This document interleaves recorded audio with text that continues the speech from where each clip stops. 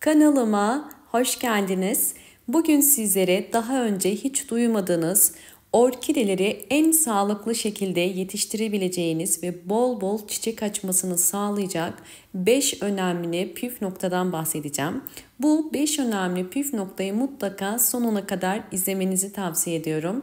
Çünkü eğer orkideleriniz hiçbir şekilde çiçek açmıyorsa bu anlatacağım püf noktalar ile artık herkes orkide bakabilecek. Hemen birinci püf noktaya geçelim.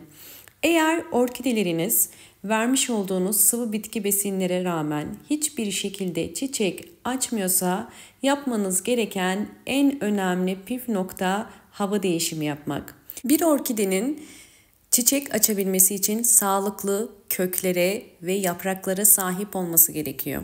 Hava değişimi yapacağınız orkidenin de köklerinin ve yapraklarının sağlıklı olması gerekiyor. Yani orkidelerinizin böcekli ve hastalıklı olmadığından önce emin olmanız gerekiyor.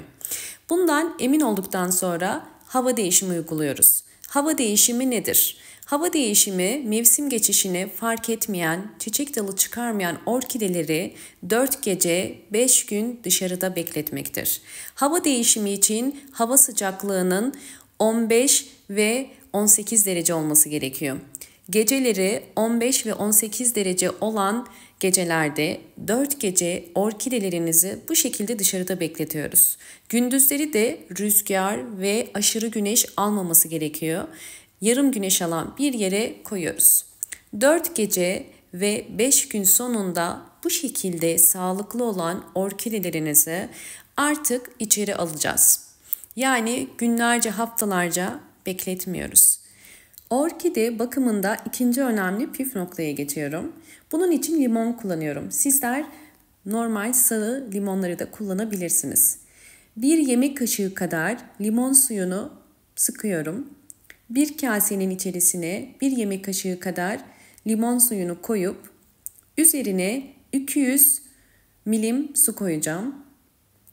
Ve bu suyun içerisine yaprakların daha canlı ve parlak olabilmesi için nem yağı koyacağım. Nem yağı şart değil. Nem yağı natural ürünler satılan marketlerde bulabilirsiniz. Nem yağınız yoksa sadece limon suyu da bu işi yapabilirsiniz. Özellikle orkide bakımında en önemli püf noktalardan yaprakların altlarını kontrol edip böcek ve hastalık olup olmadığını bakmamız gerekiyor. Bunun için bir pamuğu hazırlamış olduğumuz bu suyun içerisine daldırıp orkidelerin yapraklarını muhakkak hava değişimi sonrasında hem üstten hem de alttan silmeniz gerekiyor. Orkideler eğer çiçek dalı çıkarmıyorsa bir hastalık ya da böcek olabileceğini gösterir bu durum. Bu yüzden sizlere tavsiyem orkidelerinizi mutlaka ayda bir kere yapraklarını kontrol edin ve bu şekilde ayda bir kere limon suyu ile orkidelerinizin yapraklarını hem üstten hem de alttan silin. Böylelikle orkideleriniz daha sağlıklı olacaktır. Ve bu işlemi bütün yapraklara uyguluyorum. Videomu buraya kadar izlediyseniz ve beğendiyseniz hemen beğen tuşuna basıp kanalıma da abone değilseniz eğer bana destek olmak için abone olup ve bildirimlerden haberdar olmak için sağ köşedeki zil sesini de açık konuma getirebilirsiniz.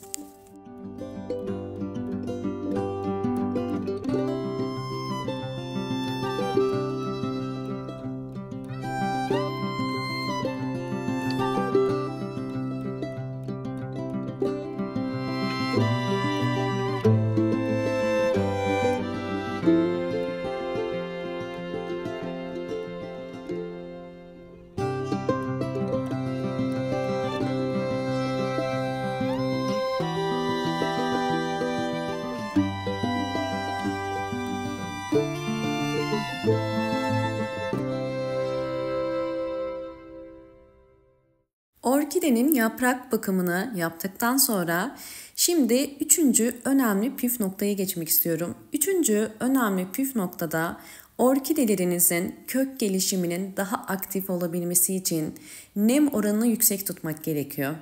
Orkideler nemi seven bitkilerdir. Bu yüzden nem dengesini sağlayabilmek için ikinci saksı kullanmanız gerekiyor. İkinci saksıda kullanırken dikkat etmeniz gereken geniş olması. Yani elinizi bakın bu şekilde saksının yanına koyduğunuz zaman bu genişlikte olması gerekiyor. Eğer ikinci saksı kullanmazsanız orkidelerinizin kökleri çok çabuk nem kaybedecektir, su kaybedecektir ve daha sık sulamanıza sebep olur ve orkidelerin gelişimi daha yavaş olur. İkinci saksı orkidelerin gelişimini hızlandırır. Ve diğer en önemli dördüncü püf noktamız orkide sulama.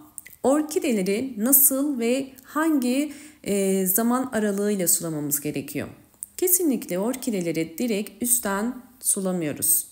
Orkide sulama zamanını sadece köklere bakarak yapmanız gerekiyor. Orkidelerin kök rengi bize orkidenin sulama zamanı hakkında bilgi verir. Bakın elimde 2 tane orkide var. Bu beyaz ve grimsi orkide.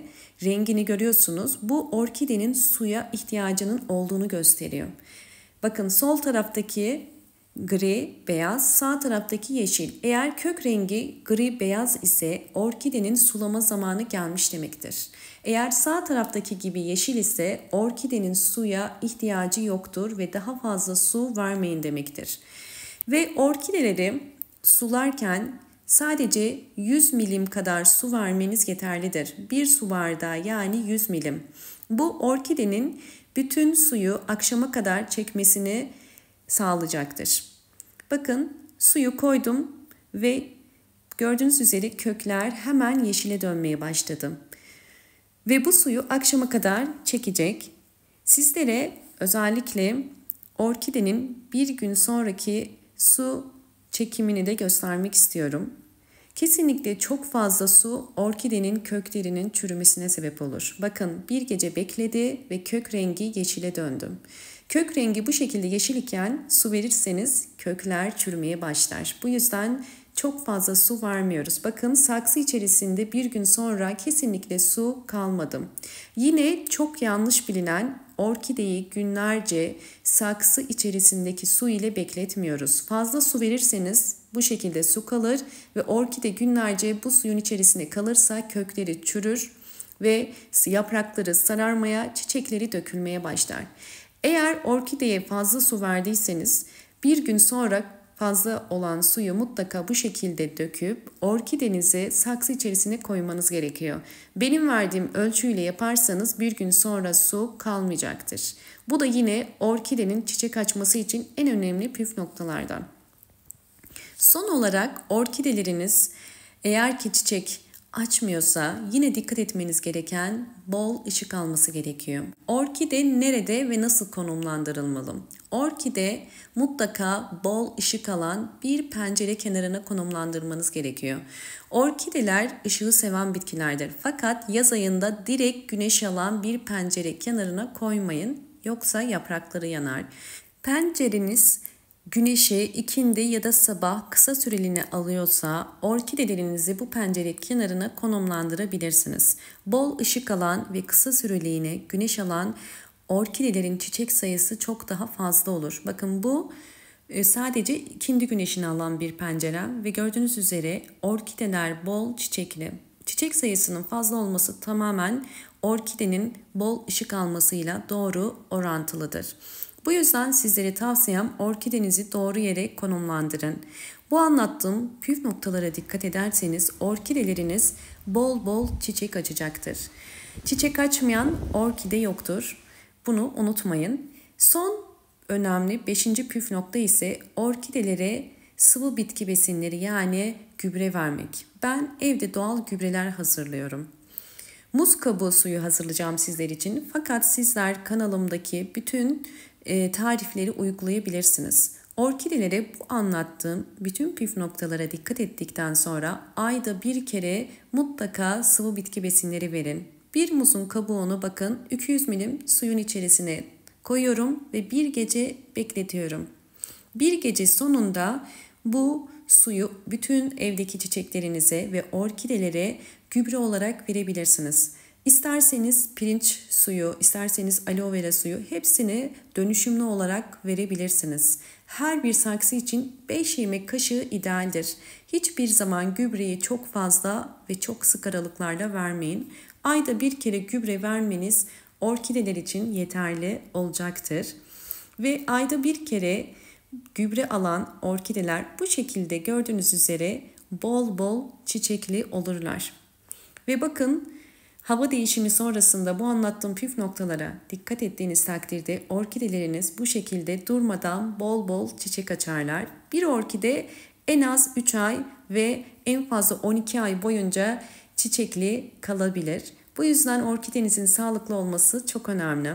Umarım bu anlattığım bütün püf noktalar sizler için faydalı olmuştur. Videomu buraya kadar izlediyseniz ve beğendiyseniz hemen beğen tuşuna basıp kanalıma da abone değilseniz eğer bana destek olmak için abone olursanız çok mutlu olurum. Videolarımdan haberdar olmak için sağ köşedeki zil sesini de açık konuma getirmeyi unutmayın. Hoşça kalın, sağlıkla kalın.